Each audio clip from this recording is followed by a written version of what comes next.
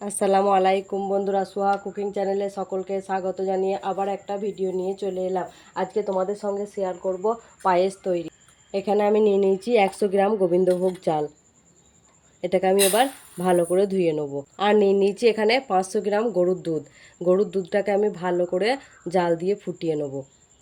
চালটা আমি ধুয়ে নিয়ে জল ঝরাতে দিয়ে দিয়েছি। দেখো বন্ধুরা, গ্যাসে কড়াটা চাপিয়ে দিয়েছি।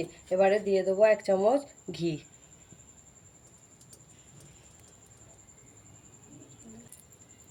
দেখো বন্ধুরা, ঘিটা গরম হয়ে গেছে। এবার আমি ভেজে নেব। এইবারে দিয়ে দেবো কিছু কাজু বাদাম,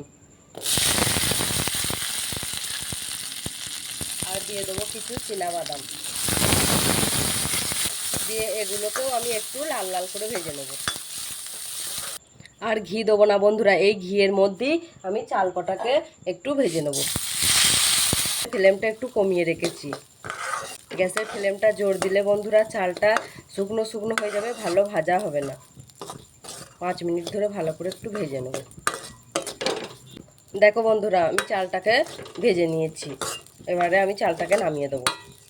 এবার ওই কড়াইয়ের মধ্যেই দিয়ে দেবো হাফ মগ জল। এই জলটাকে একটু ভালো করে গরম করে নেব। এর সঙ্গে দিয়ে দেবো 3টে তেজপাতা, 3টে এলাচ, আর একটা দারচিনি। দিয়ে দেবো সামান্য পরিমাণে লবণ। লবণ দিলে চিনিটা যে দেবো আমি, চিনির পরিমাণটা সেটা একটু ভালো ধরবে। দেখো বন্ধুরা, আমার জলটা গরম হয়ে গেছে। এবারে আমি চাল কটাকে দিয়ে দেবো। আর এর সঙ্গে দিয়ে দেবো আমি 1 বাটি নারকেল কোড়া।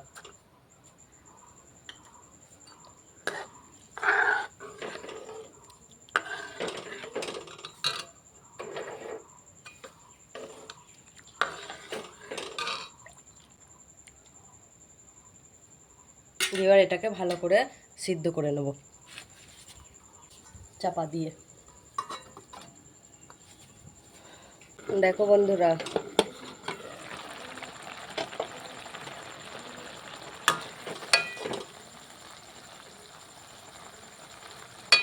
অল্প অল্প জল হয়ে গেছে।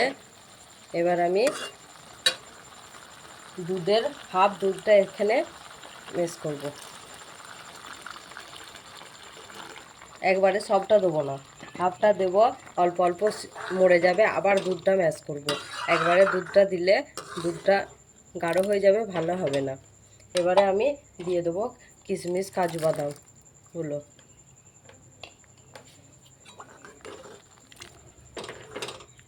দুধটা দিয়ে ভালো করে নাড়তে হবে অনবরত, না হলে এই চালটা দলা পাকিয়ে যাবে। এখন আমি গুড় দিইনি বন্ধুরা। গুড়টা দিলে না এই চালটা আর ভালো সিদ্ধ হবে না। ওই জন্যে ভালো চালটা যখন ভালোভাবে সিদ্ধ হয়ে যাবে তখন আমি গুড়টা দেবো। এটাকে আমি আরও কিছুক্ষণের জন্য চাপা দিয়ে রেখে দিচ্ছি। দেখো বন্ধুরা, ফুটে ফুটে দুধটা মরে এসেছে আর চালটাও প্রায় সেদ্ধ হয়ে এসেছে। দেখো 100 গ্রাম চালে কতটা পায়েস হয়। তোমরা এইভাবে বাড়িতে রান্না করে নেবে, খেতে খুব সুস্বাদু হয়। এবারে আমি ওই হাফ যে দুধটা আছে সেটাকে আমি এবার অ্যাড করব।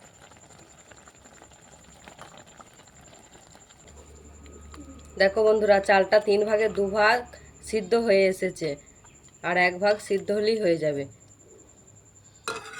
এবার আমি আর একবার ঢাকা দিয়ে রেখে দেবো।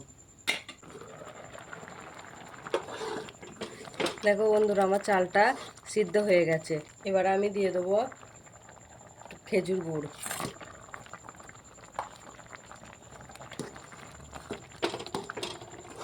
এবার আমি গ্যাসের ফ্লেমটাকে একটু কমিয়ে দেবো, দিয়ে গুড়টা তাহলে ভালো গলে যাবে। দেখো বন্ধুরা, আমি একটু চালগুলোকে এরকম গলিয়ে নিয়েছি। আমার পায়েস রেডি।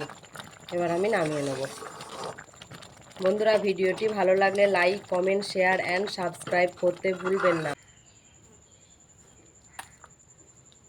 আমি একটু ঝোল পাড়ায় রেখেছি বন্ধুরা, কারণ ঠান্ডা হলে এটা টেনে যাবে, একবারে শুকনো হয়ে যাবে।